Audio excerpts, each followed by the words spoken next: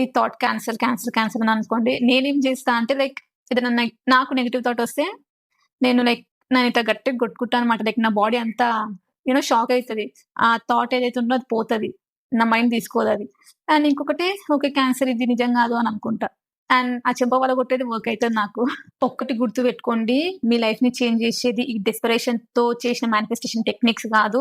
Me daily thoughts, actions and beliefs ఇవన్నీ కలిసే మీ ఫ్యూచర్‌ని create చేస్తది. అండ్ మీరు నమ్మకంతో యెస్ నేను ఈ టెక్నిక్ చేసేది పక్కా మేనిఫెస్ట్ అయితది అని మేనిఫెస్టేషన్ టెక్నిక్ చేస్తే అది వర్క్ అయితది. డెస్పరేషన్‌తో చేస్తే ఏది గాదు. మీరు ఎన్ని టెక్నిక్స్ చేసినా లైక్ హండ్రెడ్స్ ఆఫ్ టెక్నిక్స్ చేసినా డెస్పరేషన్‌తో ఉండి చేస్తే అది వర్కౌట్ గాదు. అదే మీరు నమ్మకంతో ఉండి ఒక్క టెక్నిక్ చేయండి డేస్‌లో వర్క్ అయితది. So 90% of the people stuck అయ్యేది ఇందుకే. డ్రీమ్స్ కోరుకుంటారు కానీ అది పాసిబులేనా అన్న నమ్మకం ఉండదు. సక్సెస్ గావాలని అనుకుంటారు కానీ ఫెయిల్యూర్ మీద ఫోకస్ జేస్తారు. అబండెన్స్ గావాలని అనుకుంటారు కానీ ల్యాక్ మీద ఫోకస్ జేస్తారు.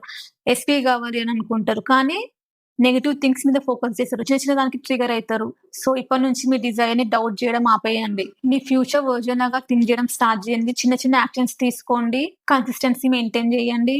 అప్పుడు ఆటోమేటిక్‌గా చేంజెస్ స్టార్ట్ అయితాయి. మీరే జూస్తారు చేంజెస్.